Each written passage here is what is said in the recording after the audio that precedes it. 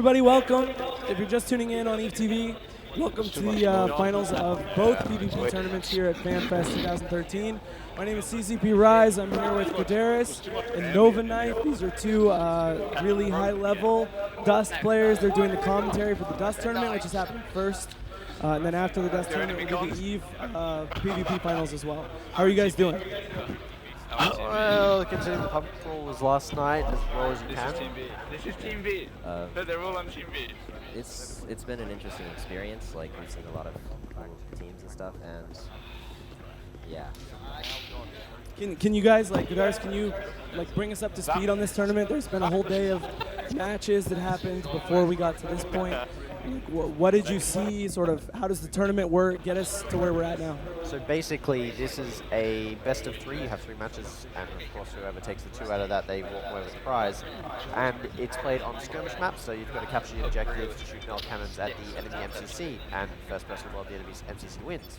Or, if you manage to kill the enemy enough and deplete their clone reserves, you can win that way as well. But we haven't really seen teams going that direction. It's all been about killing the MCC, it seems. And then, of course, EVE is part of the tournament as well. So what can you tell us about sort of the influence that the EVE section of the team does during the Dust tournament? Well, the EVE teams, you've got 5 EVE pilots who have ships basically going up to destroyers, and what they do is they fight for control of a beacon, which is captured exactly the same way a faction warfare launcher would be, except for counter thunder. So what happens is if you control the beacon for it becomes captured, and you can deliver an orbital strike. So one of the guys in Dust calls in the orbital strike, you press F1 through F8, and you deliver high explosive death.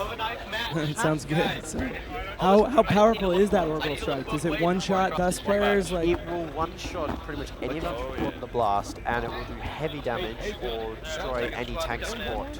However, the projectile blast is only only an EMP, which means it's, while you don't use it to kill things, you can go for dropping your own guys, which will kill them, but it will weaken the enemy. So that's a strategy, something we haven't seen that yet. All right, and can you tell us anything about, I'll go to you for this one, Nova Knife. Do you know anything about the teams we're actually going to be looking at and sort of the history of those teams, how they're put together, who they are? As far as I know, the team we have on the right side of the room here, which is the audience's left, they are Chronos.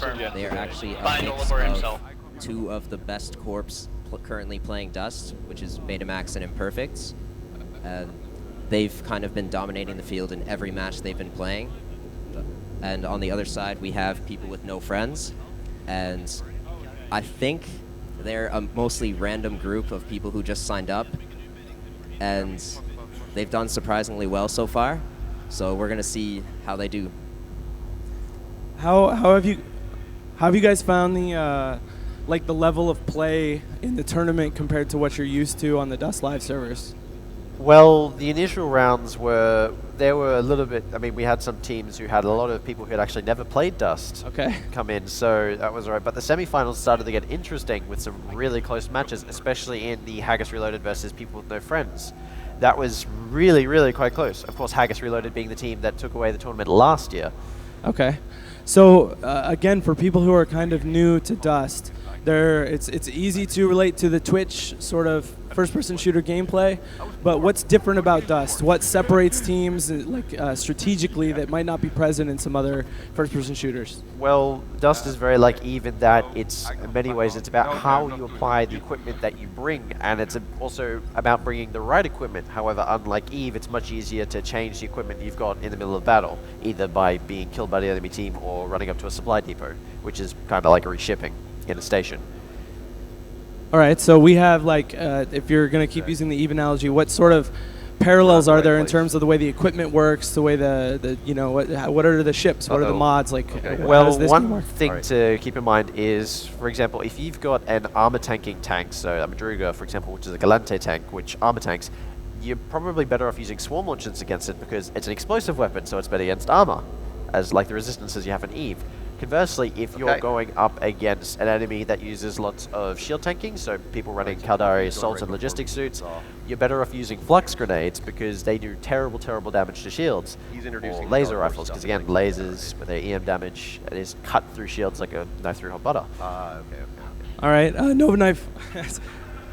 Great. So, Hey, you've there heard was a some pub interesting crawl. stuff I coming apologize for this my year voice. I from did some Torpy shouting now. last night about I've got a few spaceships. things like that I am excited to talk Can about you as tell us well, anything but about the vehicles before we we see do, I in thought, Dust and once sort of the again, role we they could play visit and some how of the you things get them? we You know, talked are you about here limited to a last certain year. amount? What And sort of one roles do the they play? Stuff like that. objectives that we articulated was our goal In to Dust, make the there's universe currently 3 the classes of world's vehicles: your light attack, largest your heavy game attack, and your universe. dropship. And thought we'd Each check one in and has see its how we are own doing special on that variants. regard. Like What the sort LAV of, has Scout, progress the are we Standard, making and towards that very Logistics. The ambitious Dropship has Well, Standard, Logistics, a big step. and Assault. And the HAV has your Standard, then you have your Enforcer, and your Marauders. Vehicles are called in by the players at will anytime they want, as long as they're below the limit of the team, which is currently 6 vehicles per team. Yes, as far as this tournament is concerned, every player has a set stock of drop suit fittings. They have a set stock of vehicles. They can use anything they have in their inventory currently, and they can also buy stuff on the market using the limited amount of IS that they're given. And basically anything goes in this tournament. If you have it, you can use it. Sounds good. So, what do you guys think of like how the format has worked so far with the combination of Eve and Dust? Do you think future Dust tournaments like we should be set up this way, or does it feel like a good format, like a good competitive way to run the tournament? Well, there'd be different types of Dust ones because you could have something more like a traditional FPS tournament where you'd just have it based on kills, but I quite like the objective-based format because it brings a whole new twist to the game because you've got to approach it a different way to just flat out killing the enemy, which admittedly is something you can do, but like I said, it's not been something we've seen the teams do because it's a lot of clones to get through and the MCCs usually die before we get that chance. You know, something important we haven't brought up yet. What are we fighting for here? What are the winners of this tournament going to get? The winners are going to get a shiny trophy, a PS3, a whole lot of beer, a swag bag from Razer, and a whole slew of in-game items. Okay, awesome. And then for the second place? Second place, I believe, is the beer, the trophies, in-game items. I don't believe they get a swag bag. I don't believe they get a swag bag from Razer. They might actually. Sorry, I'm not exactly. I haven't had a chance really to look at all the prizes, but I think they If might. nothing else, a lot of beer on the line, I guess. Oh, there is a lot of beer up. All right, so I'm not sure exactly where we're at now, but last I heard we had We got about 5 minutes. about 5 minutes till we get this underway. So we're getting close. We're sitting up at the desk here. I can see the Eve computers, and I see people pretty much ready in ships, finishing off overviews, setting up secondary ships. One of the cool things about this format from the Eve side that's different from the actual Eve tournament is that people can re-ship. So if your ships get destroyed and you lose control of the beacon, you can go back to the station, grab a new one, come out and fight some more, which is kind of fun. It's more like actual Eve in that way. It's interesting because it also means that if you bring some super amazing setup at the beginning, your enemies can quite easily re-ship to counter that if they wish to. So they could actually sit on the undock, wait for you to warp to the beacon, dock up and bring a completely different set of ships. That would be the perfect counter. Of course, perfect counter being in inverted commas. Yeah, no, that's really interesting though. You could see rather than a meta develop over the course of the tournament, there could actually be one develop over the course of a match as people made adjustments to counter what the other team has done. So that's pretty cool. Tell us more about Dust. Like, what is coming up for Dust? What did you guys learn in the keynote that you're excited about? Basically, one of the big things that people will see first off is the graphical improvements. What people will probably feel along with that when they play it is that the game actually runs smoother. Despite the fact they've improved the graphics, it actually runs smoother than it did before. So that's going to be a big change that makes a lot of people happy.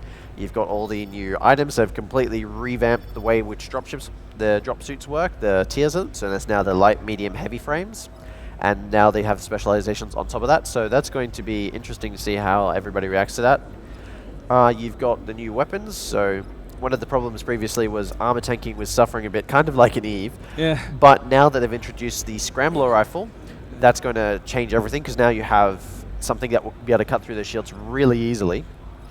A lot of the weapons have received some rebalances, like, for example, one of my favorites at the moment is the new Tactical Assault Rifle, which has received a new scope and has been reworked a bit, so it's actually back to its former glory, which is an amazing thing. You've had some changes. You've got the Enforcers now for the vehicles. which are basically long-range, slightly weaker, but high-damage tanks. So if you can keep them safe, they're kind of like glass cannons. So if you keep them safe, they can do lots of damage, but if you can't, then they will be very squishy. That's a lot of good stuff. Anything for you, Nova Knife, that jumped out about the keynote or about announcements about what's coming up in Uprising? Yeah, in the Reflecting the Universe presentation, they highlighted how they made all of the maps and everything in just a lot more pretty, but also reduced the time it takes to load it, so the maps in general have a lot less lag when you're moving around. Like, people playing the current build on Tranquility would notice that when you're moving around really fast, sometimes you get drops, and now that doesn't happen anymore. Everything loads much faster, and it gives a lot better immersive experience because you don't get your frame rate drops. Yeah, that sounds pretty awesome. So did they say anything else about like where Dust is heading, like what they want for Dust, or what do you guys want for Dust? Looking at the future of the game, you know, as people who already like it and are already excited about it, what kind of could you hope for looking forward? Well, one of the things I know that people want from Dust, and I know a lot of people said this, I know some CCPers would really like to see this, is I'd like to expand in this particular direction, the esports angle. So it's easier to host a tournament. They've got all sorts of wonderful tools to help, like they have developed for the Alliance tournament, and they can hold these things. So maybe we can have, for the 11th Alliance tournament, we'll also have a Dust component to it. Maybe separate or integrated, or who knows? That sounds, yeah. I mean, that's definitely something that we're talking about a lot with EVE as well. There's a lot of room for competitive scene for both games to develop, I think. So that's pretty exciting stuff. We're getting really close now, guys. I got the 2-minute signal. No, like actually, we're less than a minute now. Less than a minute. All right. So, oh, great. Oh, yeah, 42 seconds, and we'll be underway. So I'm actually going to let you guys stand up. If you want to do the commentary, you can wander around the room like you did before. Does that sound helpful? Maybe you can stay up here with me with the mic, and you can wander around and check things out. I'm going to go wander around and give you some commentary. 30 seconds. We're about to get started on the first match here between Kronos and People with No Friends. Yes. So, ladies and gentlemen, we have less than 20 seconds until we get this first match underway. So who do you want to win? Can I hear for Kronos? Can I hear for People with No Friends? Alrighty. Now down to 5 seconds. 3, 2, 1.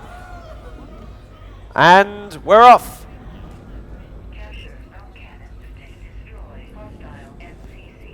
All right, so what you see here is both teams are spawning in. Yes. I don't. Okay, so what you can see on the big screen, you have your bottom left, you have Dust, then you have the beacon, and then the top is the scoreboard. That basically shows you how many lives each team has left and the health of the MCC. As they capture objectives, the objectives will activate cannons, which will start shooting the MCC and lowering its health. And as you can see, the first person has jumped out of the MCC, which is one of the main spawn areas, and actually fell and died because they did not activate their inertial damper.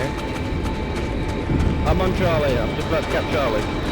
Now this particular map is one we've been seeing throughout the tournament. It's a 4-point map, so the whole idea of the cannon, it's imperative to try and get objectives captured as soon as possible, because that little bit of a head start might just move the map. It looks like we've got a team of Crashes versus Kronos team is currently sitting on the objective. It's contested at the moment, and we're bound to get the opening salvo as we go. Yes, you can see on the screen. Kronos is dropping down. Warning, object virus A, known cannon targeting hostile MCC.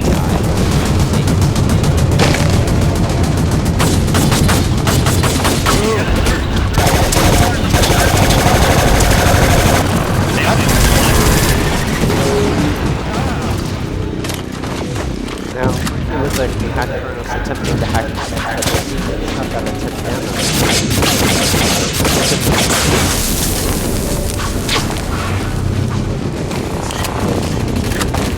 Friendly fire is enabled. The very first time friendly fire has been in Dust. Quite a few people have been team killing each other, not realizing this. Well, they may be realizing it, but it might be for other reasons they're deciding to. I'm sure Liz can work out the details. Yeah, so currently we have both teams holding one objective each. You can see on the screen someone was attempting to shoot a drop-up link, but failing miserably. It appears to be a real stalemate. We've had many times on this particular map in the middle, the two teams have been fighting at each other, and eventually somebody takes through and takes the third point. And then you finally have them. Here we go. Looks like people with no friends appears to be, well, we're attacking B, but it looks like that attempt was just shut down as well. Yes, as you can see on the screen, someone was attempting to hack an objective, but was blown up by a remote explosive, which is a fairly common tactic for people to do. However, it looks like Kronos is actually hacking D and it's nearing completion. Just a second or two, you will see D flip over.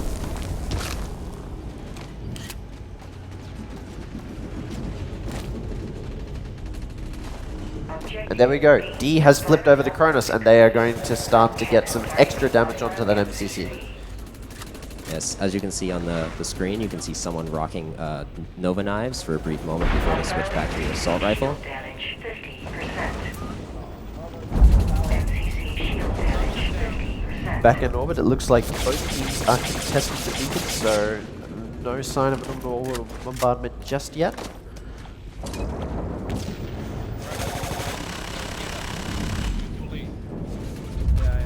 However, as you can see with the clone count, Kronos is doing better, that department. Nobody's very low yet though, so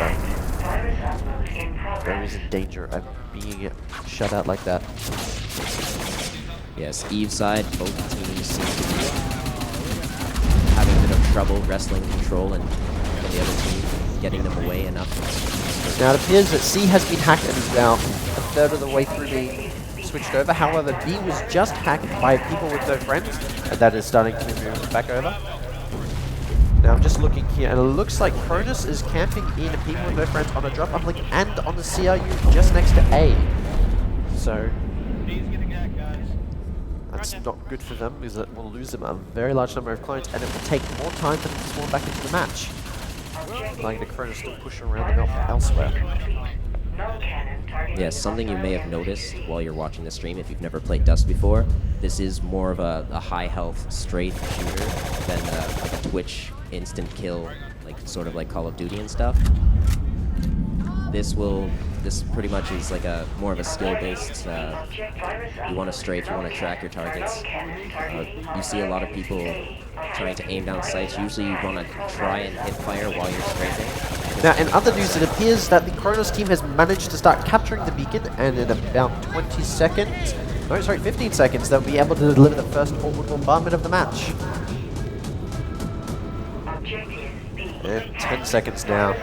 I'm sure this would help them. At the moment, they're hacking B, and when an objective is being hacked, you cannot spawn on it. So at the moment, people with no friends has to rely on their drop-up links and any CRUs they might have around.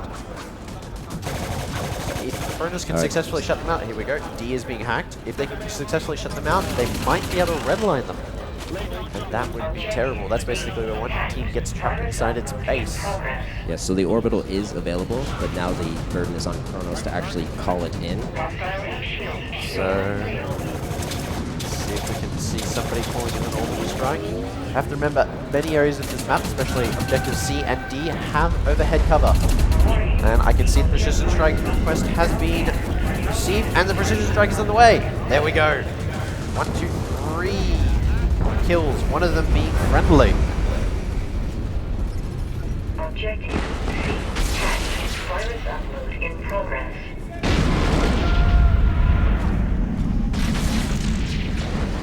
Yes, people with no friends doing their best to stop Kronos from holding all of the objectives at one time. And it appears that the next orbital bombardment will be ready in just a moment. There we go. Next orbital bombardment is up. So Kronos is able to call in yet another one if they wish. Looks like they are back hacking C to prevent it from being captured. D is still under control of people with no friends. No, looks like they're starting to hack up as well.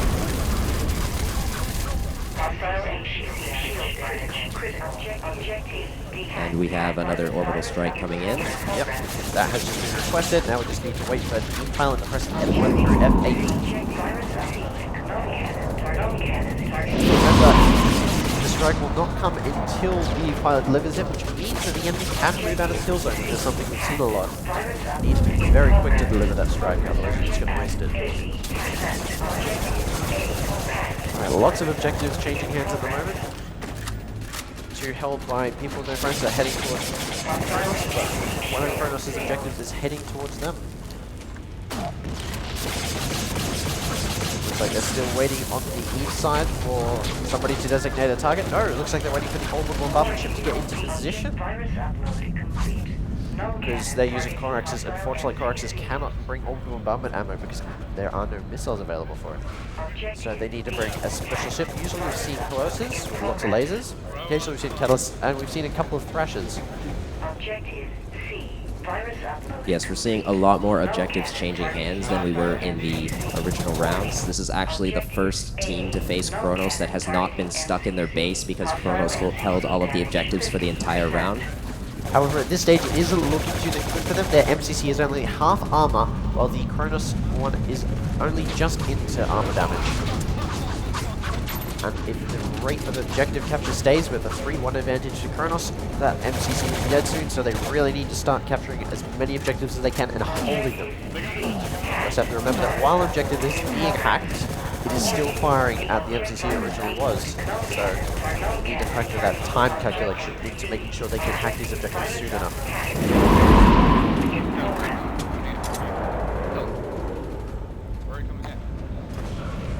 Someone on the People with No Friends team doing a little bit of teabagging there. Yes, traditional yes, hello.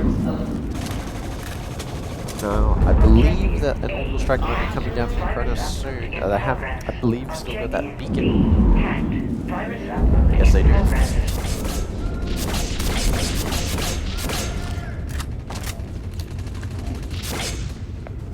There we go. Yes, there you can see an orbital strike from the Eve side. And there we go, it's coming.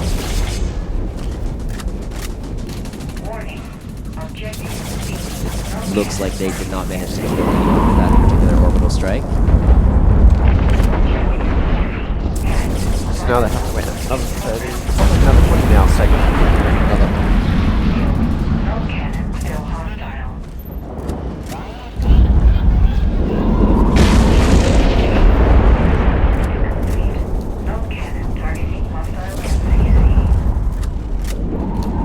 And we have another orbital strike available. And when people with no friends are pushing hard on objective C, of course C is one of the objectives that aren't covered from above, which means that they will be very safe from orbital abundance if they decide to hang around there.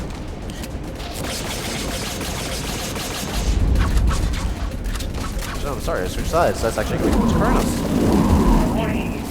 So we need to try and capture that. And of course we can see someone just managing to team kill their friend with an assault rifle. Of course, wow, that was a lot of people that were just killed by somebody with an assault rifle there. And another team kill with a flaylock pistol, which is basically a pistol that fires micro rockets. Well, at this stage there's only 4 bars of armor health left on the MCC. There is no structure for this, so as soon as the armor is all gone, the MCC is destroyed. Down to 2 objectives apiece. Kronos down below half armor. It's going to be very hard. There we go. Down to 1 now. A couple more hits. We'll see MCC destroyed. And the match going to Kronos.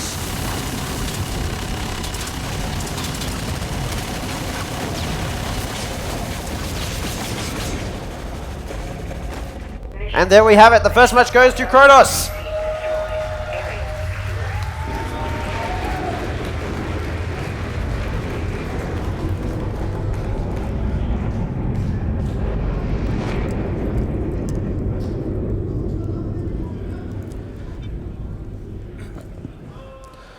All right, so round 1 to Kronos. Again, this is a best of 3, so these teams will get set up for another match pretty quickly. I think actually setting up for dust matches for round 2 should be pretty quick. Is that? Yeah? Yes, the first match has a 10-minute lead-in time to allow people to make all their dropsuit fittings. The matches after that only have 3 minutes, so you don't have, because you don't need to make it from scratch, but it gives you a little bit of time to adjust your fittings. All right. So what did you guys see in that match that you think swung it Kronos' way? What did Kronos do better? Why did Kronos win?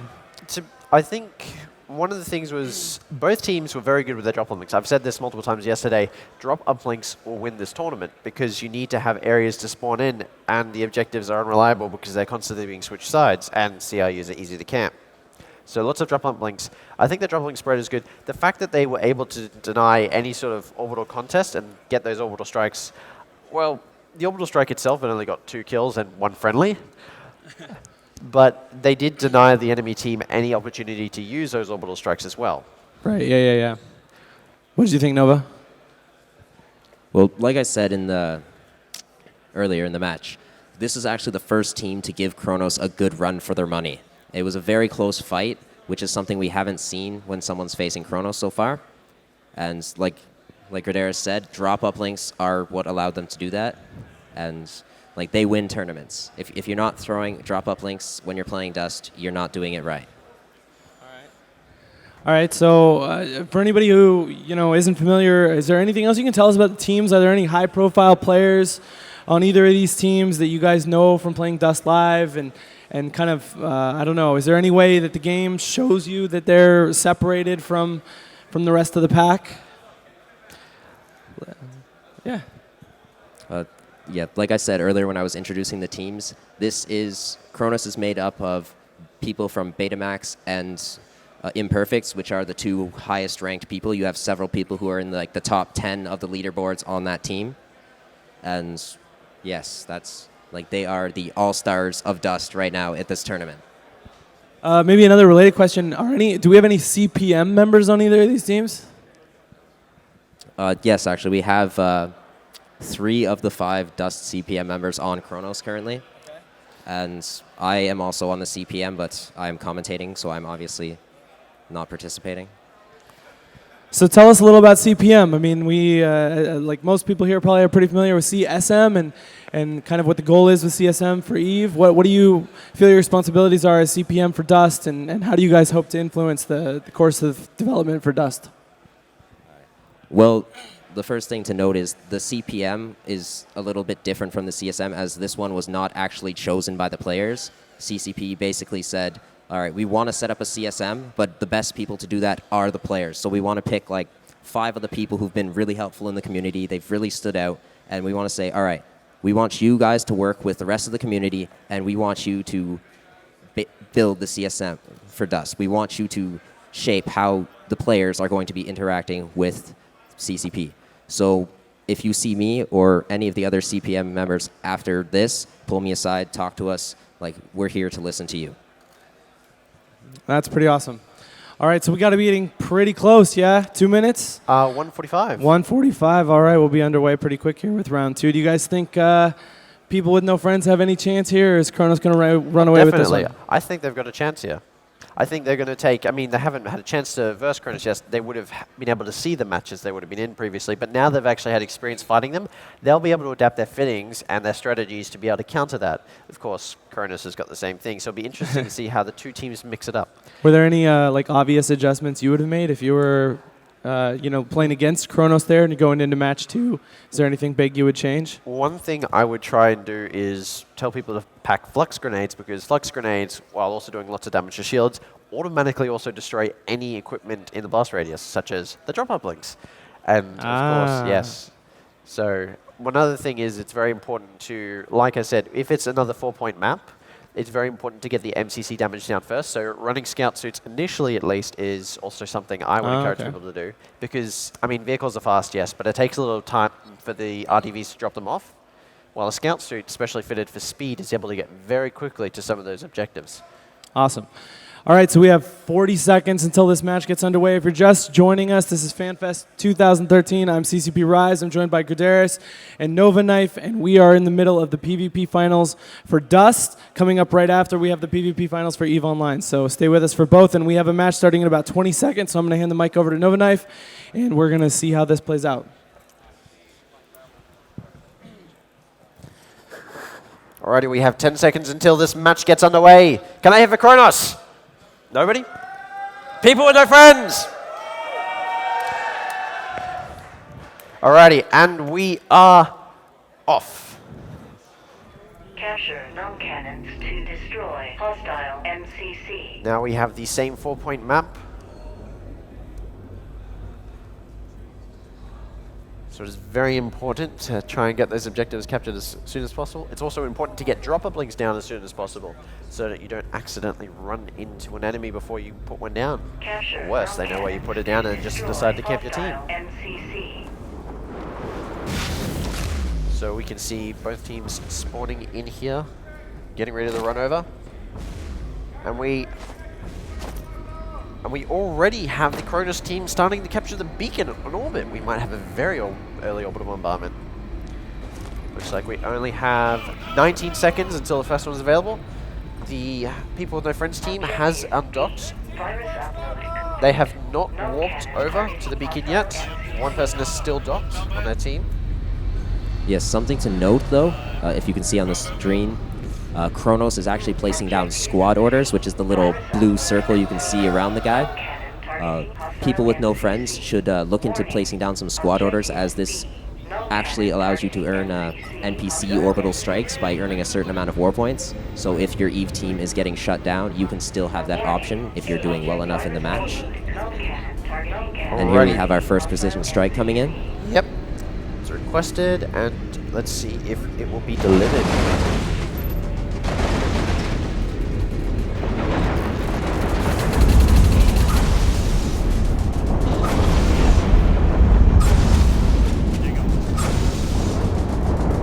Looks like the EVE side is having a little bit of trouble getting the orbital strike off.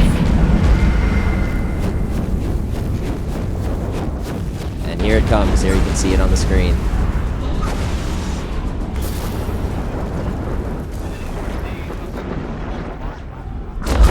We're going to have 15 seconds until the next orbital bombardment is available.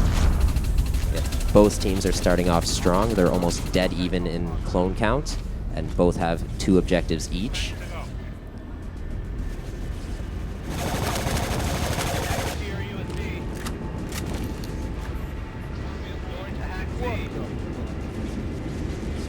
Here you can see people with no friends pulling out a tank, seeing if that will help them. We've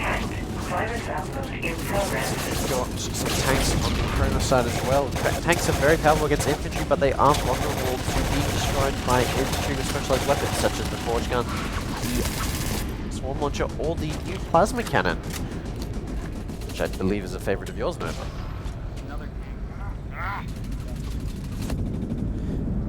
Back in orbit, the beacon is currently contested. Heavy fighting occurring around the objective B right now. Ah, looks like we got some. Looks like it's actually captured. No, seems some of these EVE clients are a bit finicky. All right, with the People with No Friends team still not having much luck in orbit, looks like we might be able to get another orbital bombardment down. 2 of the objectives currently being contested right now. See some People with No Friends finding some of those errant drop-up links and destroying them. It's going to help them to achieve domination of these objectives.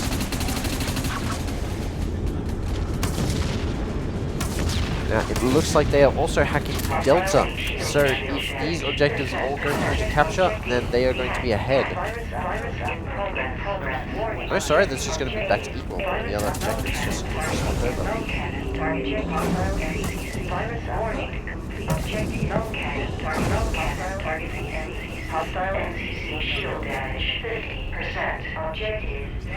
Now the clone count has gone quite substantially in Cronus' favor, but again, the clone counts for these skirmish matches are usually very high, so it's not an issue in most cases, and I do not believe we've seen any team go beneath 50 clones.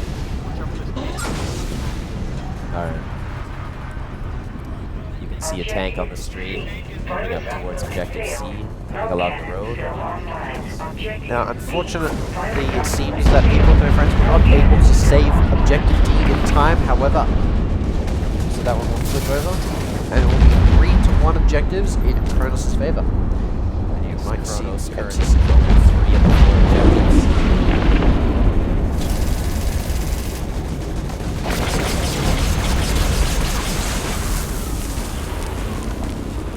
Spawn up, drop up links and probably starting to drive at the stage. Drop uplinks are not time limited, however they have a limited number of spawns that can be performed on each one for stuff.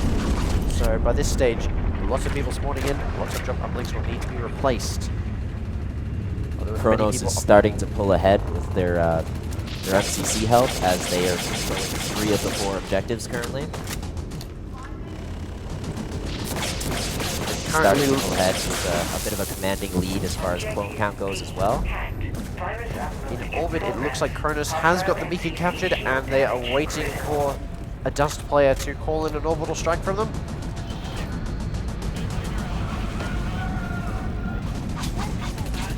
So that doesn't look like they're opting to do so at this stage. They might be holding it in reserve, just in case one of the other objectives, especially A or B, starts getting captured. Because A and B, unlike C and D, are not covered from orbit and are very vulnerable to being struck when being captured. And there we go, the first MCC loses its shields on the People of No Friends side. However, the Kronos MCC is not very far behind it at all. And we have the shout coming out from Kronos saying they have an orbital available. Let's see if anybody delivers on that. Yes, here you can see on the screen the actual interface Dust side for throwing in an orbital strike. There we go, it sounds like it's coming down. There we go, orbital coming down. And there's 3, looks like 3 kills. Those CRUs are a very attractive target because there will often be people spawning in on them. So nice clustered groups of infantry. Sometimes if the CRU is in low health, you can even destroy them, but they are very, very tough. So that usually is not the case.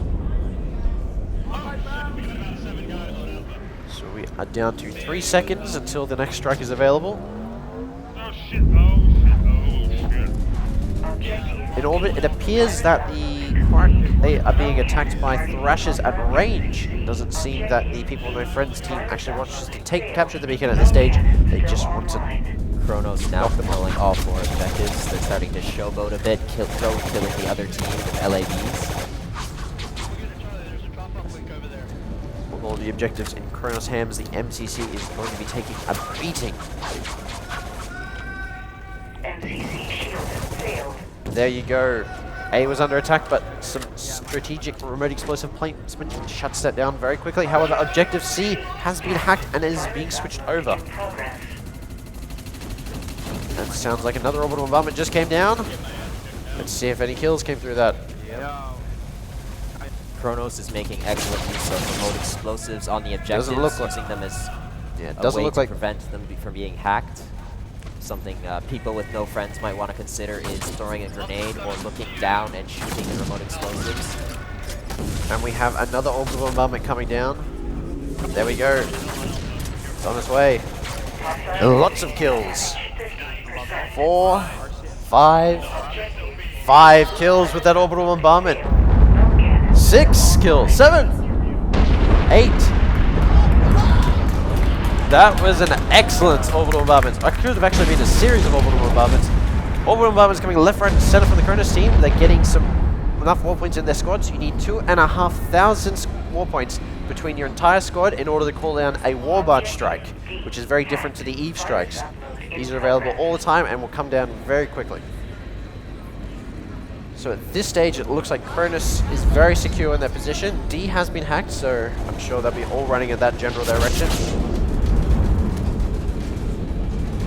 No, it looks like they are trying to backhack D, so they must have cleared it, and they are about to save that one, and it will not flip over.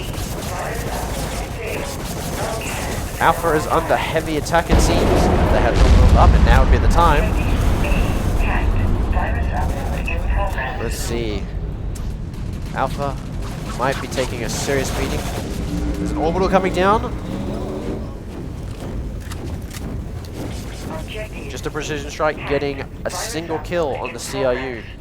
Now that CRU must be taking a real beating, so might not take many more for it to be destroyed. People with no friends doing their best. They're trying to hack back 2 more objectives. Trying their best to stay in this. But as you can see, with 4 objectives under their control, the enemy MCC is taking a real beating, and it is not long left in this world. Warning. Objective A. Sounds like another orbital bombardment on the way. There we go. Objective A. Hacked. Just a single kill from that strike, it appears. For people with no friends, MCC is down to 1 bar of health. This match is There we go. essentially over. And that's the second match to Kronos! And Kronos is your winner for the first Eve Dust Mixed Tournament.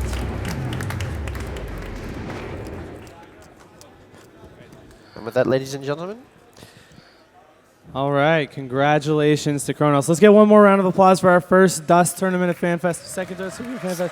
First one. second. Good job to Kronos. So what we're going to do is we're going to give out prizes after both tournaments have finished. So we're going to start prepping right away for the EVE PvP finals, which are coming up next. And then we'll do prizes for both tournaments after both have finished. So that's awesome, though. Looks like instead of making some adjustments to what Kronos did in the last match, Kronos actually improved and had an even more decisive match in the second round. I think it may have been that last time they didn't quite execute as they wanted to, and this time they managed to execute as they wished to. They managed to keep the pressure on the objectives. A lot of the droplings were going. They were definitely, one of the things I noticed that people without friends were doing where they're spawning in on CRUs where it was reasonably obvious that they were being camped, and that's never a good thing. Even with the change now, when you spawn, you have a cloak for a little bit of time, so it's harder to be spawn camped. It's still not going to help when there's an enemy HAV on one side and 2 guys with an assault rifle on the other. Yes, the presence of Kronos vehicles this round is what made it a bit more decisive. We didn't see Kronos vehicles too much in the first round, but then they started pulling out tanks and LAVs. I noticed a lot of dropships being used by people to get from place to place, almost in a very disposable fashion. Admittedly, not something you'd see in an actual match out there where they're using their own items, but in this type of setting, definitely a good idea. Awesome. So, have you guys heard if there's any plans for the future of esports? I know you said you're excited for more support for esports for Dust. I'm sure there'll be more tournaments at FanFest. But is there plans before FanFest next year for more Dust events that look like this one? Well, I don't know about FanFest, but something that they've really been hyping over the past little while is like they have tons of plans for esports. They have a bunch of like arena gladiator modes, like special game modes that don't really make sense in a competitive environment when you're fighting for territory, but something that like you want to play and you want to earn money playing Dust, and they really want to do that. They've been talking about that a little bit in their presentations. Awesome. So everybody's looks like getting moved around. I know we have to get the EVE teams in here, get them sat down, and get headed towards the EVE PvP finals. I see some eager-looking team members from the Expendables team looking ready to sit down and get started. And they'll be fighting Pandemic Legion. I know that this EVE tournament that we're going to be looking at is actually really high caliber. It's the same format as our Alliance tournaments, except with 5 people and some point differences, but very high-level matches. You want to get up here? So we've got Jenza, who is another CPM member, if I'm not mistaken, and a member of the winning team, Kronos, joining us now. Connecting. Hi. Why don't you tell us a bit about the tournament, about that final match, and how you're doing, and who you are? Yeah, I am Jen Zaranda. I'm the another CPM member like Nova. Sorry, and the last match was a very fun game. It was really properly fun. Really massive hands. I believe they were just a random pickup group from people with no friends, weren't they? Is that right? Sorry. Yeah. Well, a really great team. It was a fantastic match and a really, really good game for the final game. Can I ask, how you feel about the EVE element of the tournament and what role the orbitals played and kind of how important that was or how fun that was at least? It was really, really cool. I mean, before, how orbitals work is it's just a matter of waiting until the team gets the wall points, but having loads of people there can constantly shooting about the orbital every 30 seconds, it really makes things massively hectic, especially with the friendly fire. It's just so much fun, and the guys on our EVE side, they did really, really well, and I'm so proud of all of them. Yeah, it was really fun to watch. I mean, usually we would, I'm sure that would be happening through eVoice and kind of be a little more calm or organized. And instead here we have people shouting across the show floor when there's orbitals ready and providing those for you. It was pretty fun to see that and have everybody cheer. That last one got, 7 kills or something like that? Yeah, that was. I think it was something like 10 or something. It was quite a lot of kills, and I was the one that called it in. And I saw all the people there. I think, please get it quickly. And Rockdock, who is one of our Eve people, he sent it down, and it hit all of them. It was really, really good. All right. Well, so I guess we'll be seeing you guys pretty soon when you come back for prizes in an hour or two after the Eve tournament. Sorry, not the Alliance tournament is over. What did you think of the tournament overall? How do you feel about kind of competitive Dust and the future of competitive Dust? Well, and honestly, this tournament hasn't been that competitive. I mean, there was only they had half the number of teams because there weren't enough people signing up. And it's really largely down to the fact that we really were the only Dust dedicated team there. And but it still has been fun, but yeah. I'm sure that's at least in part a result of FanFest being, way more of an Eve event for now. We're seeing Dust starting to trickle into it. I mean, there's a lot of Dust representation here overall, but of course that'll grow over the years. How is the competitive scene within Dust? Like he was saying, the Kronos is made up of a couple of the top corps in Dust. Is there, a lot of competition between those top corps? Is there rivalries developing? Do you see kind of room for competition within the groups that do exist in the game on TQ? We are very competitive inside and out, and we are a really good bunch of friends. I mean, the people in Kronos are What the French, Beast Mastermind Corporation, which Seraphim Initiative, Grupo de Castro Astral, On the Brink, and they are all really, really good guys. And we have fun playing together. We're going to have a lot of fun doing planetary conquest together. And we always, whenever we see each other in game, some alliances in Dust say that we're not allowed to face each other in some other alliances. We say, if we see each other on the other team, we try harder to kill those people. And then we just, talk about it afterwards. It's a lot of fun. That's awesome. That sounds really good. So just to go back to kind of FanFest, your FanFest experience so far. I'm sure that's been pretty awesome with Dust really coming into the spotlight finally after a lot of work. What are you excited about when you look forward for, Dust's next year or two and the Dust keynote and all that? Planetary Conquest is going to be a really massive thing, and it's going to be very interesting. Can you actually explain some of Planetary Conquest real quickly, since a lot of people that are here, a lot of people that might be watching the stream today to see the tournaments might not have caught the keynote to understand kind of what Planetary Conquest is all about? Yeah, sure. It's basically, as it sounds pretty much, there's one district, Malden Heath, and to start with, and we will all be fighting over temperate planets in that region. And there's somewhere between 5 or 20 districts on each planet. And we pretty much try to get as much territory as we possibly can and then keep it. Kronos is going to have a big part in trying to get as much as we can, and we will have to see exactly how that works in the future, because also it does influence Eve guys. For example, if we put a certain surface infrastructure on the planet, on our district, if Eve people in our corporate alliance get a boost to planetary infrastructure output. That's awesome. That seems like a good step to link the games up. All right. Well, I'm looking around. It looks like the Eve teams are getting settled at their computers now. I'm sure they'll have to do a little work to get their setups in order so the competition can start. Is there anything you guys can ask each other as people who know more about Dust than I do? Nothing at all.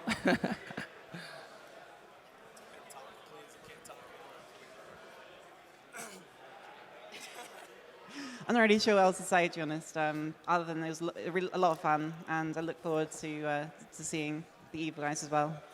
Are you looking forward to next year? Because, this year, Dust is actually being released, but next year, it's going to be, because of that, there might be more people here that actually play Dust, and you might have some more competition. Oh, yeah. Next year's FanFest, I know a lot more people who want to go, a lot more, especially from the Dust community, and that, when it comes around, will be a lot more competitive. It'll be a lot more fun, and hopefully we'll see a lot more teams as well. Awesome. do you think the EVE community is going to give the Dust community a proper welcome to Iceland? I don't know. Did they give you a proper welcome this year?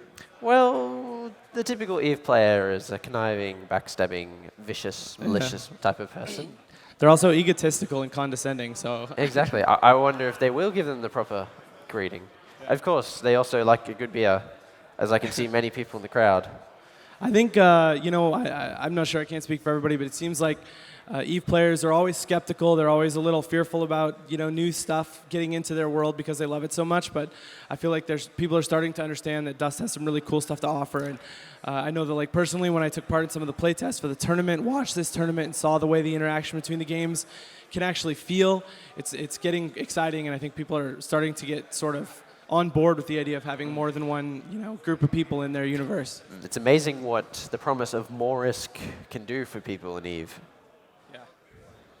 This thing's stuck in my ear. We could probably get some EVE commentators up here and start talking about the tournament we're going to be looking at coming up pretty soon here. So maybe I'll say thanks to both of you guys, to Jenza and to Gudaris, for doing the commentary, and for being awesome Dust players, CPM members in your case, and in Nova Knife's case. And we'll maybe use some time to switch you guys out for Zastra and Shadu and start talking about some EVE PvP tournament. So thanks a lot. I don't know how you're going to swap that.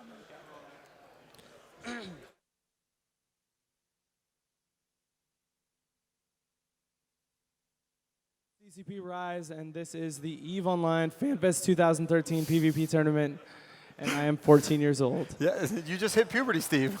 And I'm joined by Shadu, the infamous Shadu, and also Zastro. And why don't you guys tell us a little bit about who you are, about what we're about to see, and about how the tournament has gone so far, since, of course, this is the finals. There was a whole nother day of competition that happened before this even, got to today. So yesterday or Thursday we had the preliminary rounds for the EVE tournament here at FanFest. And in the past, the FanFest tournaments have been really small. They've been like 3v3 tournaments, and they've had some different weird rules like bunker captures and stuff. But this is the first time there's been a FanFest tournament that I've been at that's like a legit EVE tournament like we do at the Alliance tournament and at the New Eden Open. So it's been a lot more fun and exciting to watch than the past FanFest tournaments, and there's been some really good competition. A lot of the teams that showed up this year are legitimate Alliance tournament teams. They know what they're doing. They have good setups, good strategies. So so far it's been like a really good tournament. Yeah, speaking of them right now, you're looking at Intego. No, you're not. That's somebody else. Intego. Who are the two teams we have, by the way? You just said Expendables is one, and the other one is? Pandemic Legion. Pandemic Legion had 3 teams that they put in the tournament this year, and their, I guess, quote, A team is the one that made it to the finals.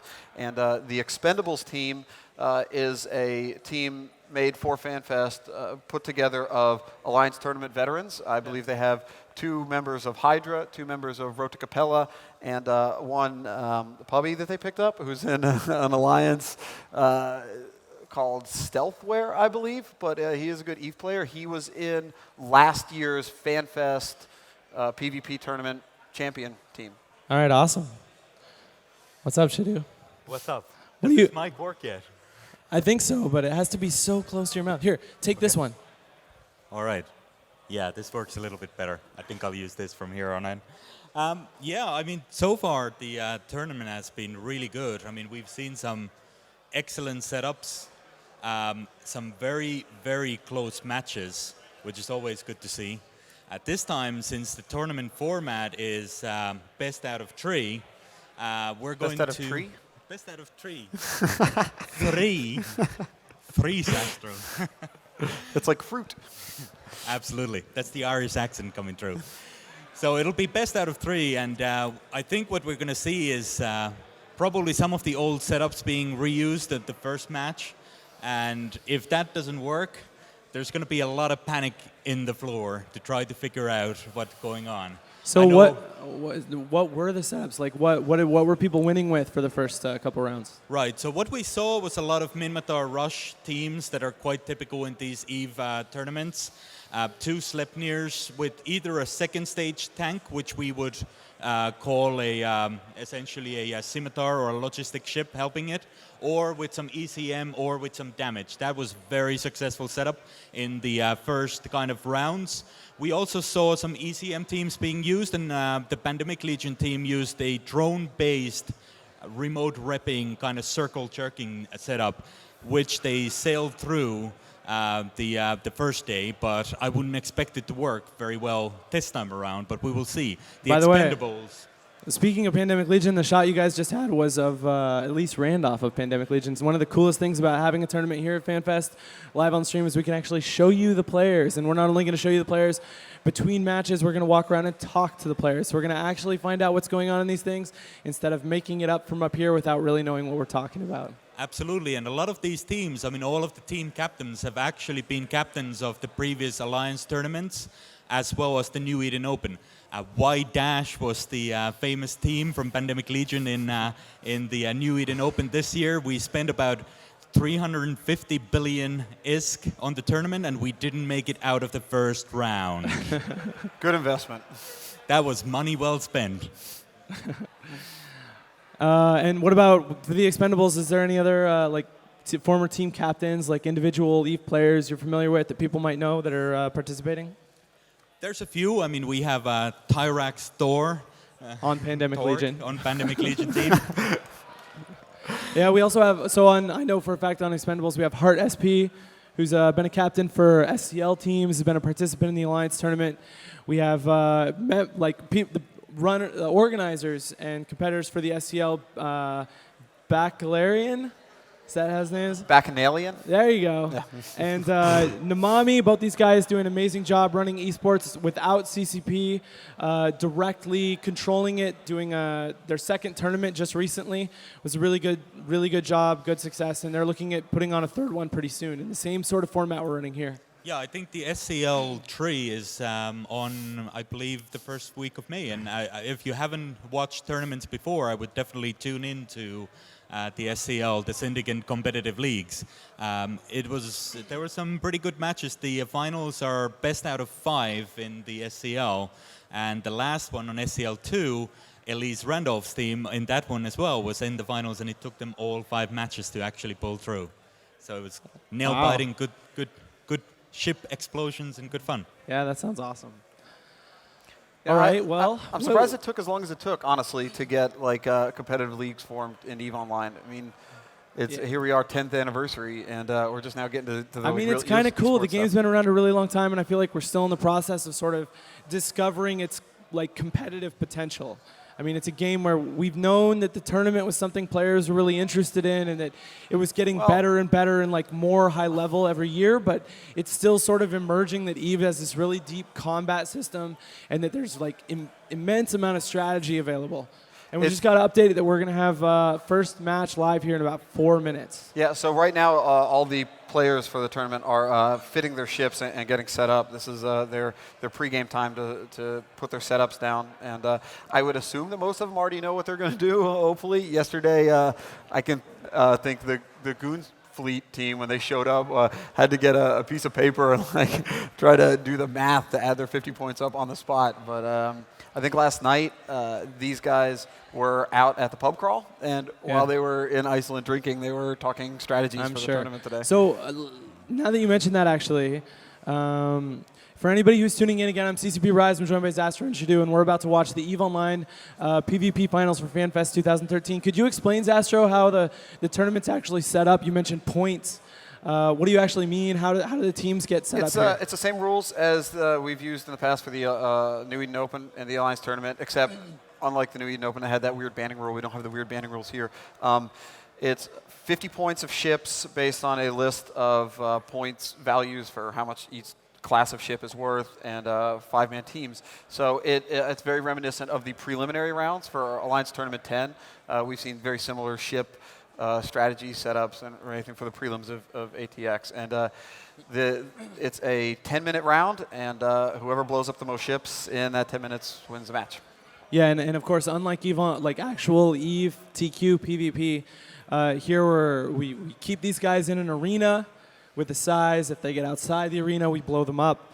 and that way we're sure to have an actual, brawl that finishes in a relatively quick amount of time rather than letting people warp all over. And Absolutely, and staying inside that arena can sometimes be challenging. Elise In fact, Randolph?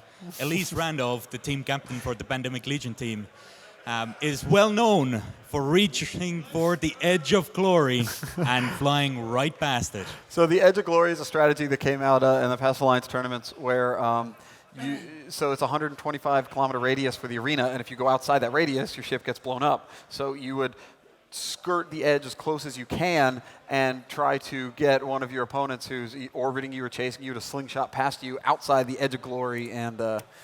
That's actually something that we've seen in the tournament here as well on the first day. There were two Sleipnir teams fighting each other, and one of the Sleipnirs was chasing the other while he ran out of bounds, and the second Sleipnir ran right after him. And it's cool, actually, even though EVE Online actually doesn't have these kind of boundaries that blow people up when they hit them. I feel like that actually does point to a lot of the potential strategy, the potential depth of EVE. I mean, range control and kind of getting people to do something they don't want to that works against them is something you see all across EVE. So that's really cool to see that in the tournament. Absolutely. So some of the main strategies in these tournaments is what we call a kiting setup or a rush setup. The Minmatar team is obviously usually made out of close-range battle cruisers with heavy damage, but they need to get up close and personal to the hostiles.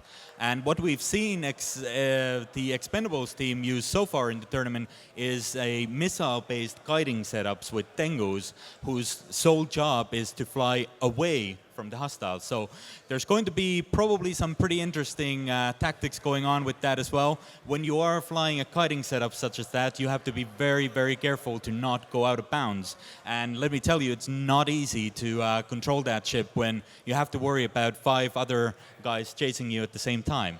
There's a lot of multitasking that goes on with those kiting teams, and if you can actually, I think today, because we have cameras, you'll be able to see them, but these guys are like furiously clicking and looking at everything, and it's pretty intense. Yeah, it's super intense. You guys are actually looking right now at the Expendables team. Closest to you there is Hard SP, and a couple other members of the team there next to him. And speaking of intensity, it's, again, a really awesome thing about being in the same room. There was a match during the preliminary rounds where I got to see, right after the match ended, Hart freaked out, jumped up, ran across to yell at his teammates, scream at them about what they did wrong. It's really amazing to actually get to see the interaction between the teams. And speaking of that interaction, we're close enough now to getting started. We have the teams in space. They should be in the arena shortly. And so I'm going to hand this off to you guys permanently. You go ahead and walk us through it, and good luck to both teams. Absolutely. So we're still getting set up here. We're about 2 minutes from start. We had one member of the Expendables team who was not in fleet at the time of the transfer. So it was in fleet, but we had some technical difficulties. Okay, sorry for we're trying to get all the players in the arena right now. So it's okay, guys. Expendables, I'm rooting for you, not for the PL team. Come on.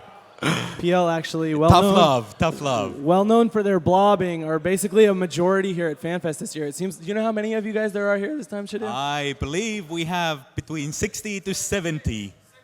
76 PL members. Oh my gosh. That's like almost 10%. There you go. So I don't know if you guys can see this, but there is quite a crowd here in the room watching this live. Can everybody cheer who thinks PL are just terrible blobbers? Yeah!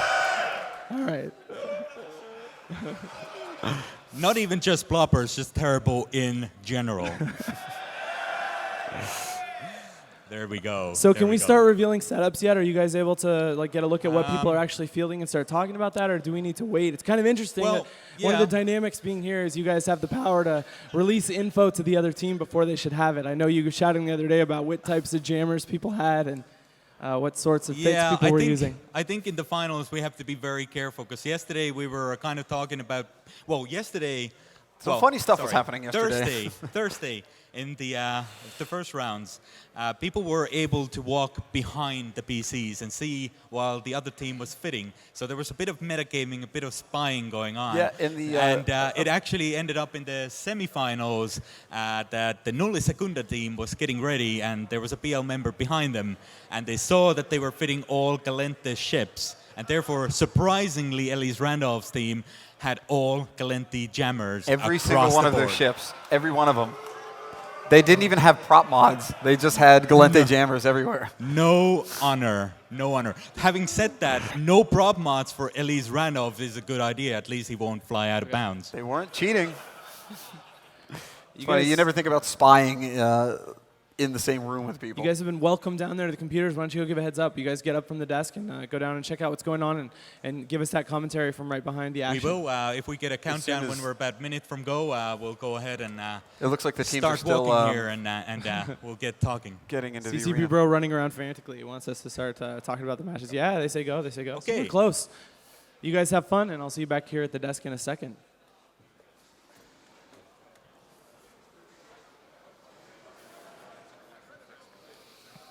Okay, I think the teams are warping to the arenas right now, so we're about to get started in a minute. So I think how we're going to do this is I'll be behind my team, the Expendables team, while you'll be banished to the terrible What did I do to deserve this, Shadu? I got to talk to these guys? Nice cape, Elise.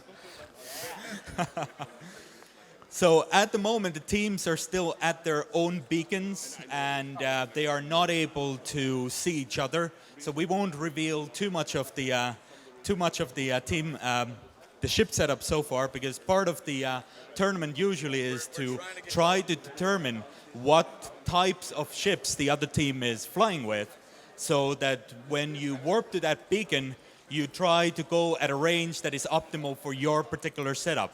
And for that reason, when always we get kind of transferred to the tournament areas in New Eden Open and the other tournaments, the first thing we do is try to accidentally warp out of our beacon and try to scan frantically where the other team is.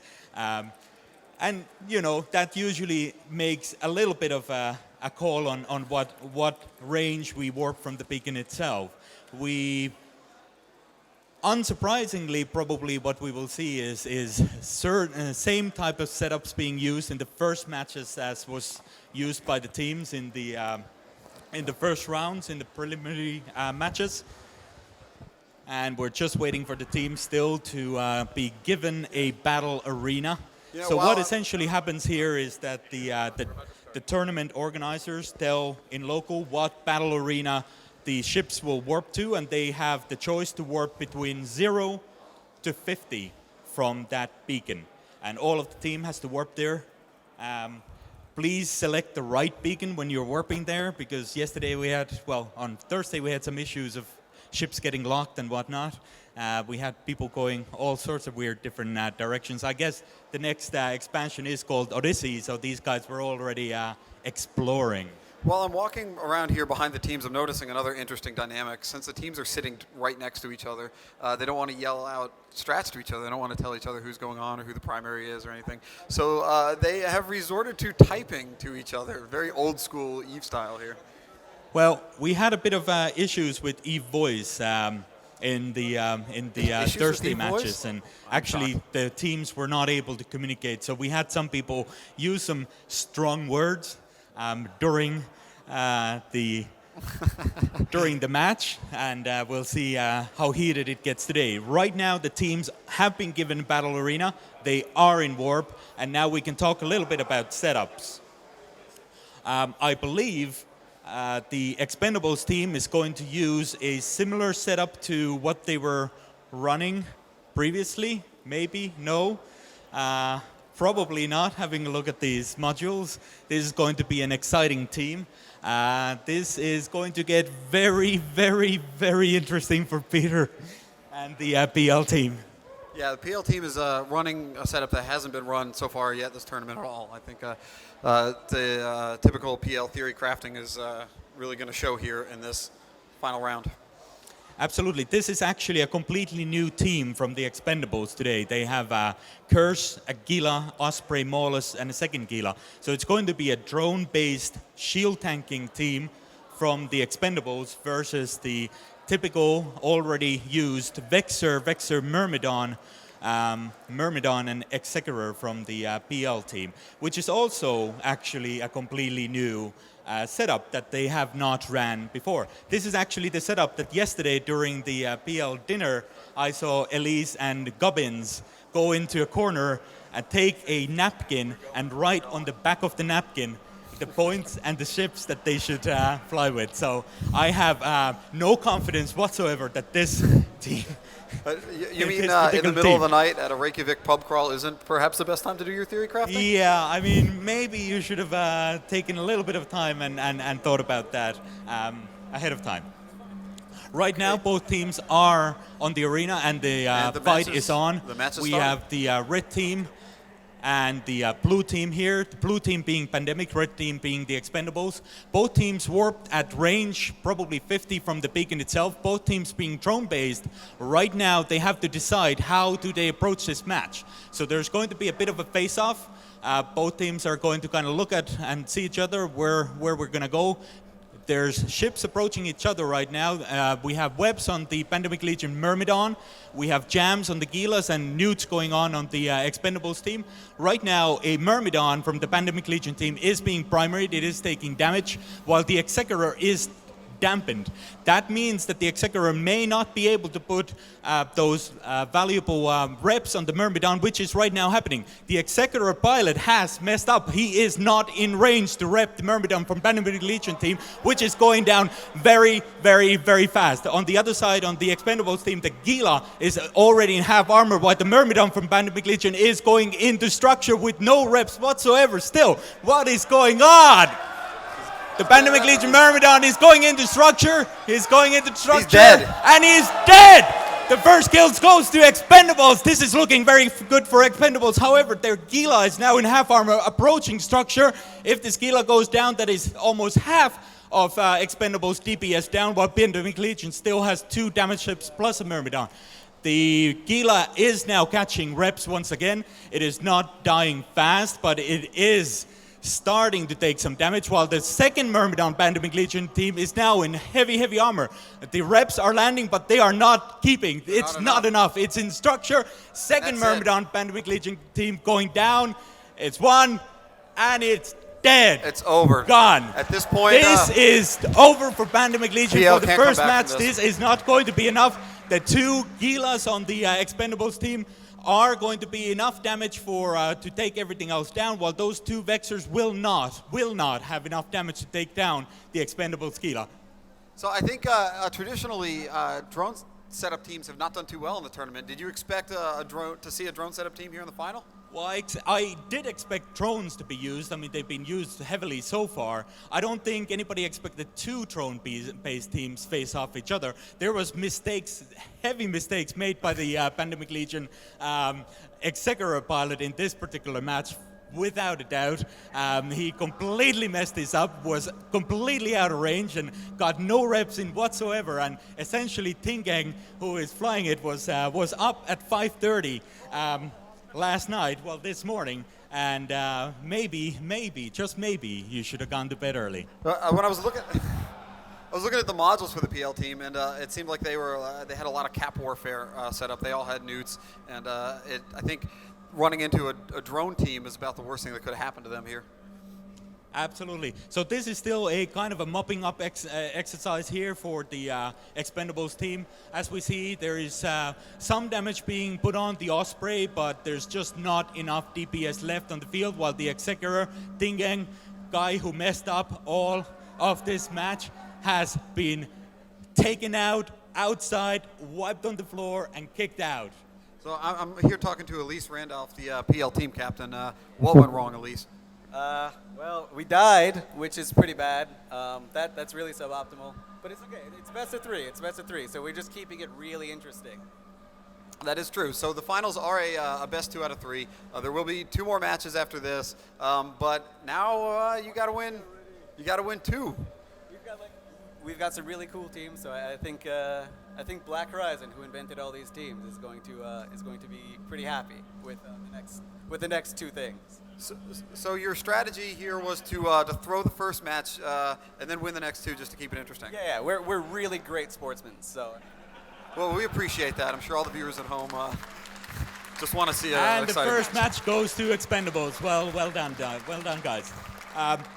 Did you expect that setup from Pandemic Legion? No, not at all. And how did you approach this match? I decided to get them some knowledge from the start and try to kill Marbodon very quick. Absolutely. I see a lot of your ships were fit with neutralizers, so did that play a part in this match? Yeah, sure. I think played a big part on killing first Marbodon because he couldn't run his reps out of head or maybe even hardeners. Absolutely, that's great. Who was the pilot who was fitted with damps in here? Because those damps, our damping pilot. Well done, sir. Did you put damps right away on the logistics ship? Yeah, always put the logistics first, and the Lexicura messed up. He didn't keep his range to his mates. Absolutely, this is great. The logistics pilot from the hostile team, you messed up, sir.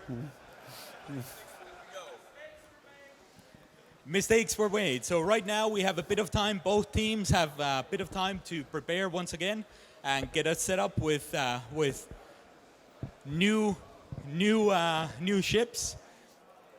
Of course, the metagame in the match always plays a little bit part because you can tell the opponents that you're flying a different setup while still coming on the field in the same setup.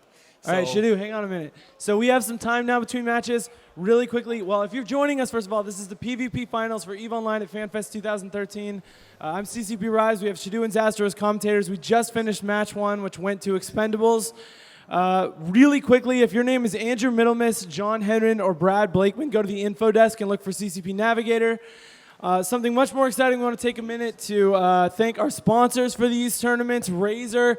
You see the Razer gear everywhere. We have a booth here at FanFest. They've been pretty awesome, and they're going to be more awesome right now. I'm going to hand the mic over to them to talk to you guys for just a second. Hi, guys. I heard there's no snakes here in Iceland, so we're going to change this. I'm going to give some giveaways from Razer. So here we go. Can you help me? Can you help me?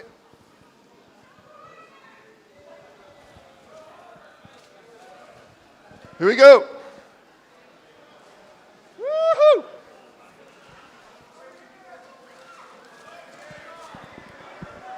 Come on!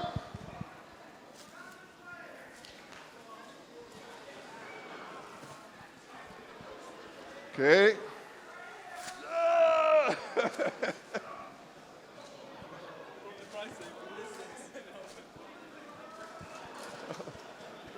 Go there. This is like the feeding time at the zoo, eh?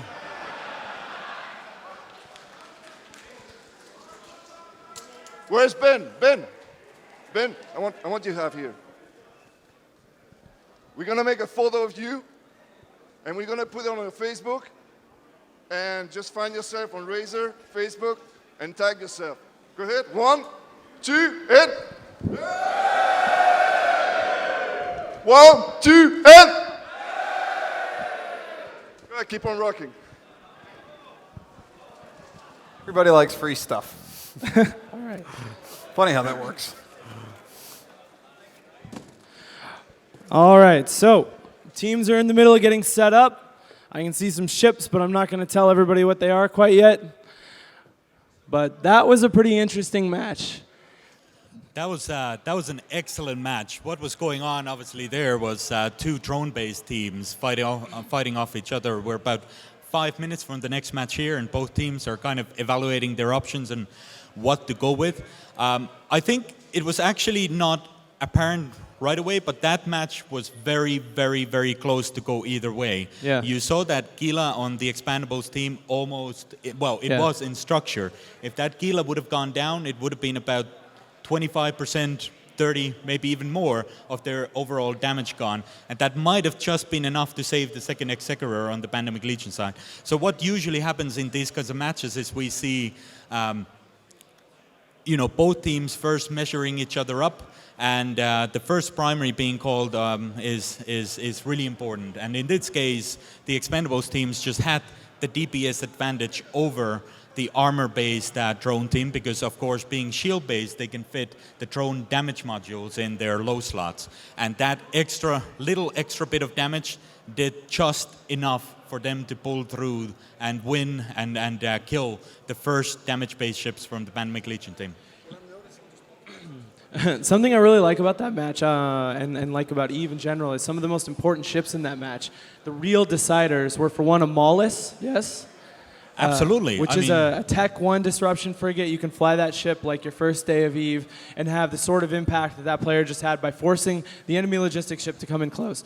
And then again, the second most important ship, the most important decider for that match, was the logistics ship that was getting damped, also a Tech 1 logistics. All these ships have been reworked pretty recently. There's way more entry-level roles that are really important for players in EVE right now. It's pretty exciting. Absolutely. The damping in particular for E-Warfare has really made a comeback in EVE.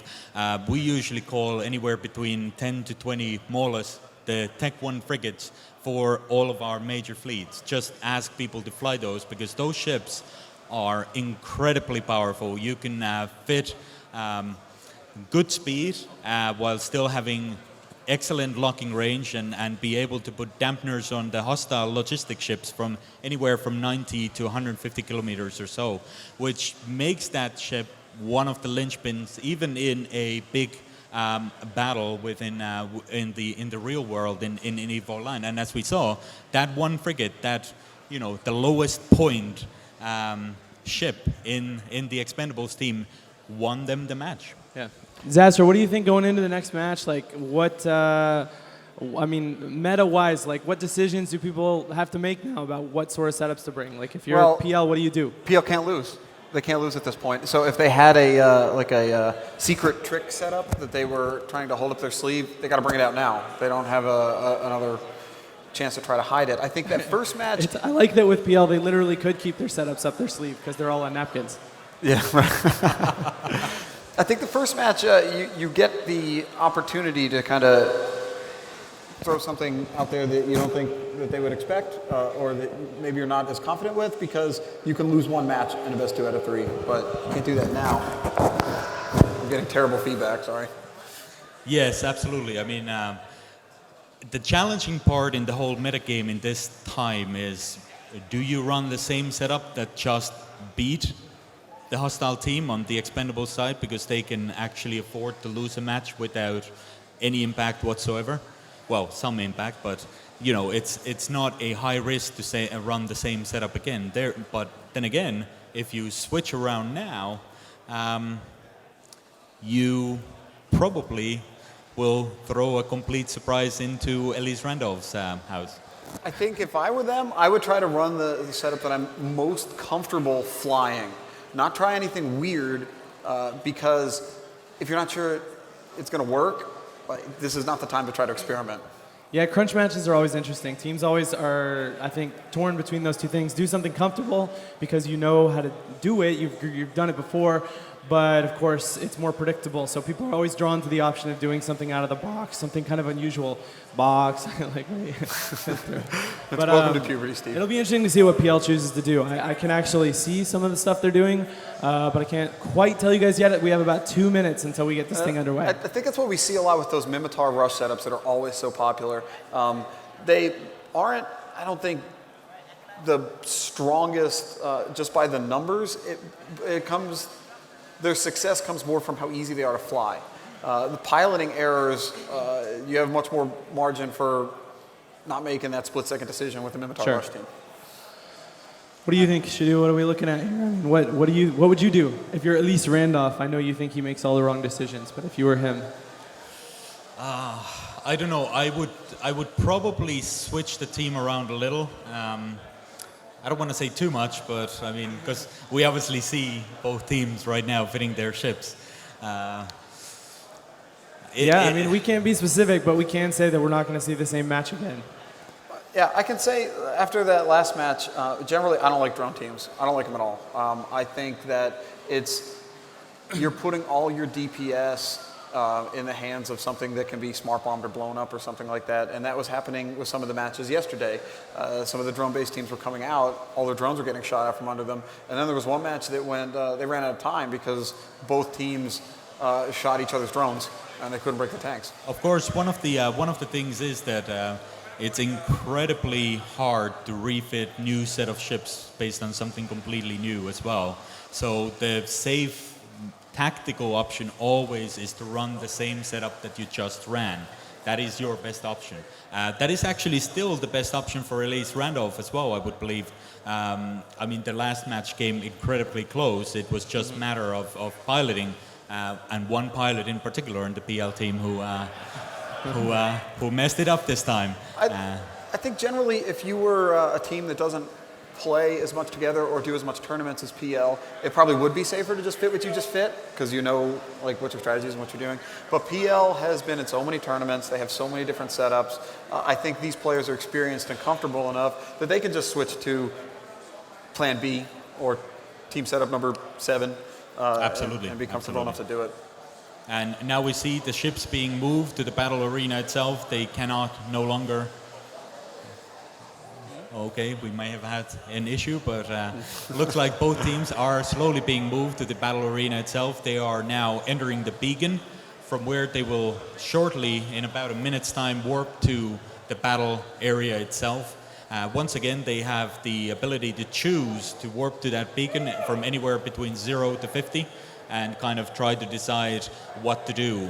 Usually what we see in these kinds of matches is both teams choose to warp at a 50 at a very high distance, just to give themselves that little bit of extra time to situate, let their logistics pilot kind of settle down and let the match go underway. And actually now we see pilots already warping towards the arena, so let's go you guys and head down join there them. and let us know how it goes.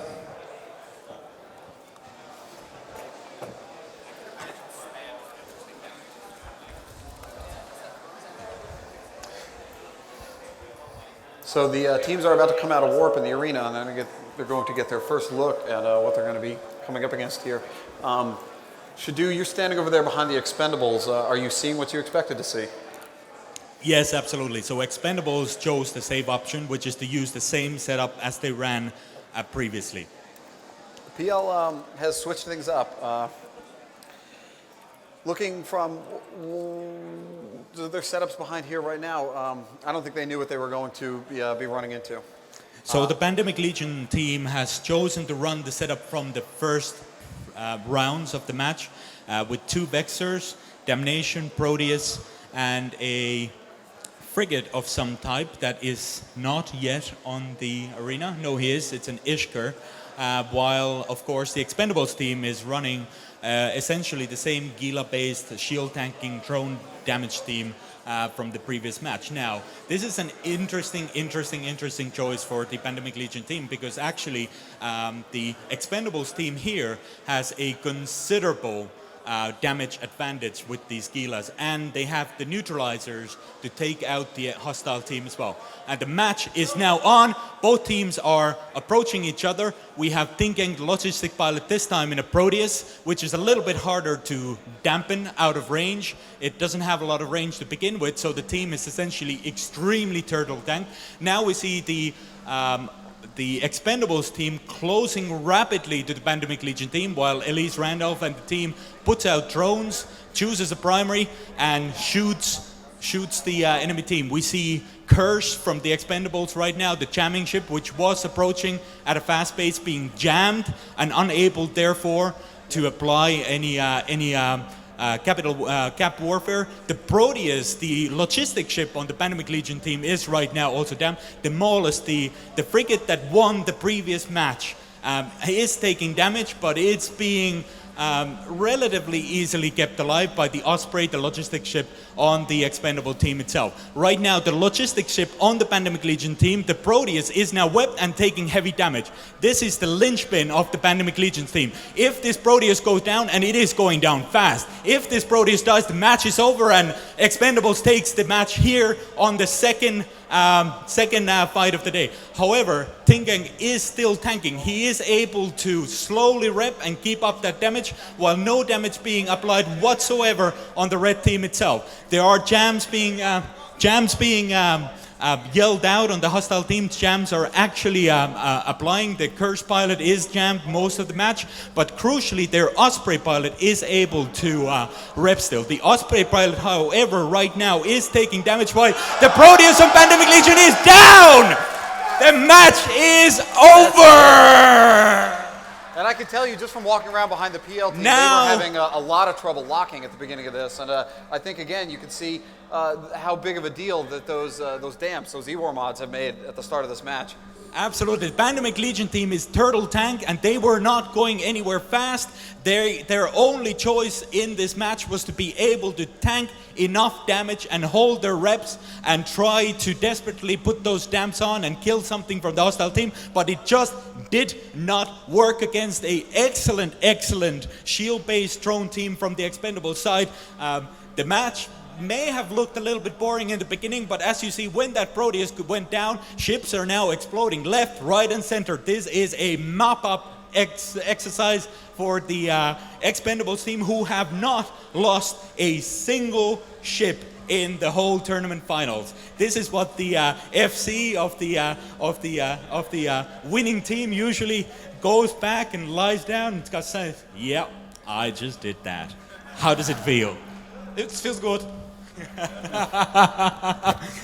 And he is right now jamming, putting his drones and putting all the webs. Oh, you're an honorable team. You only have neutralizers. Right now they are primering Elise Randolph. How does it feel to kill your opponent? Well, like I said, it was good. And I think we'll face you again in SCL. Absolutely, and we faced each other quite a few times, and actually you have faced Elise Randolph in particular quite a few times, and these tournament teams are both veterans and been here many times, won some, lost some. Elise, how does it feel? Elise, how does it feel to get slam dunked? It feels it feels not good, I guess, but I mean, it's a very good team that we came up against, and like the Expendables is a very strong tournament team in general, and it's quite nice that we got to have like this sort of competition at FanFest, because I don't think it's usually this high a level. I don't want to toot my own horn saying we're the highest level, but we kind of are. Yeah, and you really showed it by killing. How many ships did they kill here in the final round? How many ships did you kill? I very nearly killed that Mollis, and then the Osprey almost got like super dunked. Did you at least kill a single drone? Yeah, we killed a whole bunch of VC drones. It was pretty good. Oh, well done. Now, the logistics pilot. And the victory goes to Expendables, of course. Logistics pilot, both matches, you were the first to mess up. How does that feel? Not that great, but I mean, the beer tonight should help. So. Do you wish that you had maybe slept a little bit more? I have no regrets. No regrets. Thank you. So, congratulations to Expendables for a flawless victory. Well done, guys. So, who did most of the theory crafting for your winning team here? It was between me and Kadesh, but I want to say thanks to Garman, Duncan, and Leo, who helped us through Skype last couple of days. So, big props to them. Absolutely, and during the match we had the Curse pilot screaming quite loudly every now and then about something about being jammed. Absolutely, I wanted to let my team know because we were planning on neuting out the Proteus completely dry with 2 cycles of full 4 newts and then switching 2 and 2 on 2 different ships. And when I was getting jammed out, the Proteus would be getting capped back and likely repping, so they were going to have to adjust their damage accordingly. Yeah, I was watching you play there, and you had a lot of balls in the air at the same time. And you were trying to, apply the right newts to the right chips that were in the range while keeping your range at the same time. And how do you do it? Honestly, the Curse is my favorite chip in the game. I've got almost 400 kills on it, and that's just I fly it so much that it's like I know at the back of my hand. So. Absolutely, curses are still quite used in small gang PvP as well. And do you get a chance to go out there and fly? I do. Haven't flown a curse in a few months now, but I have been using them a lot in previous times and up until the last 6 months or so, and it's just my favorite chip.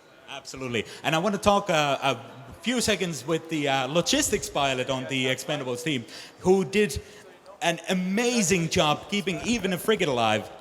Were you in any trouble during the match? Not at all. First match, I did get damped out a few times. It was a little bit of a problem, but managed to get back in range in time and get everything going again. Wow. Yeah, logistics pilot usually, as we see in these matches, can be the most kind of easiest, the most rewarding job, or the guy who gets blamed for it all. Shot says thinking. Excellent, excellent, excellent. So we're getting ready here to go back on the stage and do giving out some prizes. All right, guys, come on up here and. Okay, both teams, or which both teams?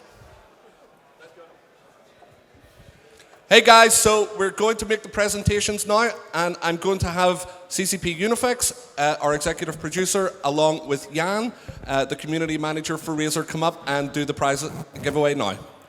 If the team mildly intoxicated who came in third place is in the room, can you come up to the stage area now, please? Hey guys, how you doing?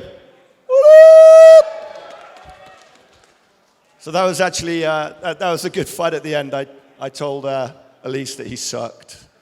It was bad. Guys, just before we get to the prize giving, I just wanted to say, Razer have been absolutely fantastic with the gear that they've given us, the support they've done.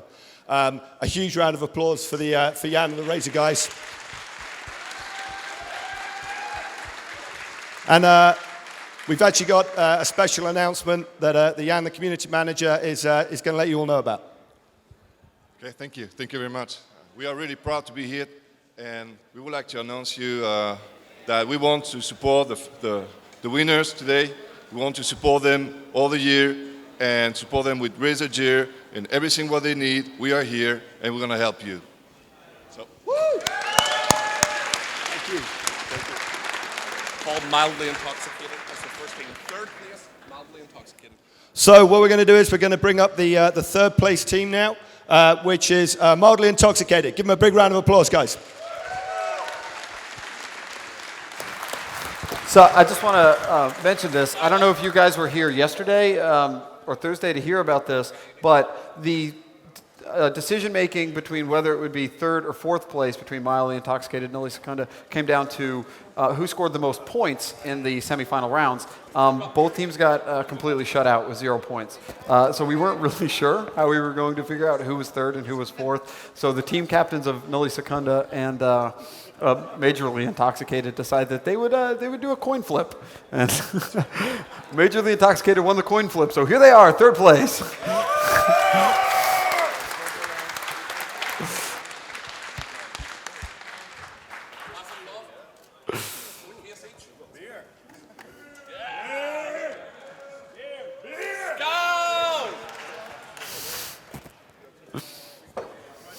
Yeah, we're trying to get your prizes to the stage. You might not want to block them.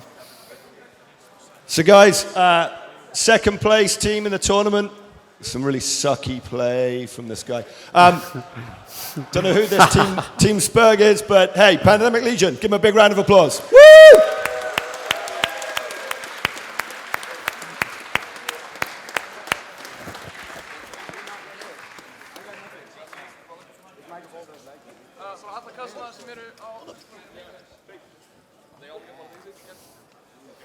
Aren't you proud of your boys, should do? I think that went just as I wished.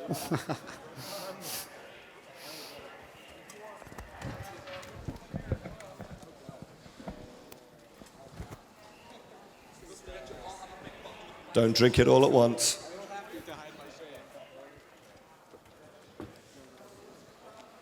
And guys, I did promise in yesterday's Alliance panel that we would buy everybody at Fanfest a beer, so thanks to Elise Randolph for sponsoring those beers, right? So ladies and gents, Pandemic Legion, woo!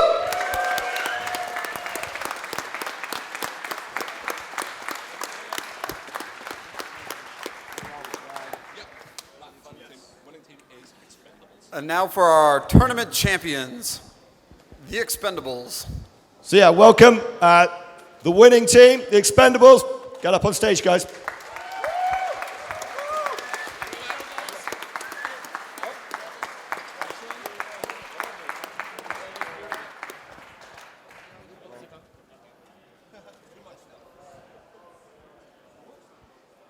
So there you go, everyone. The 2013 Fanfest Tournament champions, the Expendables. Woo!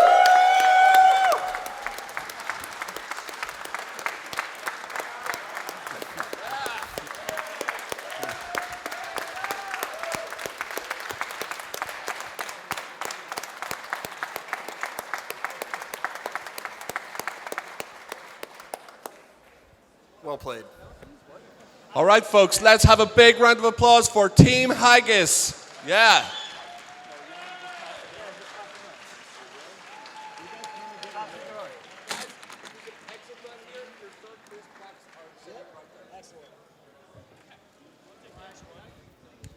Once again, guys, give it up for Team with No Friends.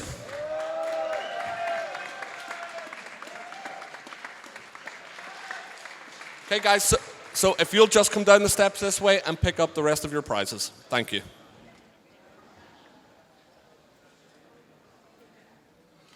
But like they say, there can only be one, and one team has been dominant in the Eve Dust tournament more than anyone else. Give it up for Team Kronos. So, just a quick announcement to make. The 4 new members of the Dust CPM from Team Kronos are giving up all of their prizes and donating them directly to charity. So a big round of applause for them. Thank you, guys.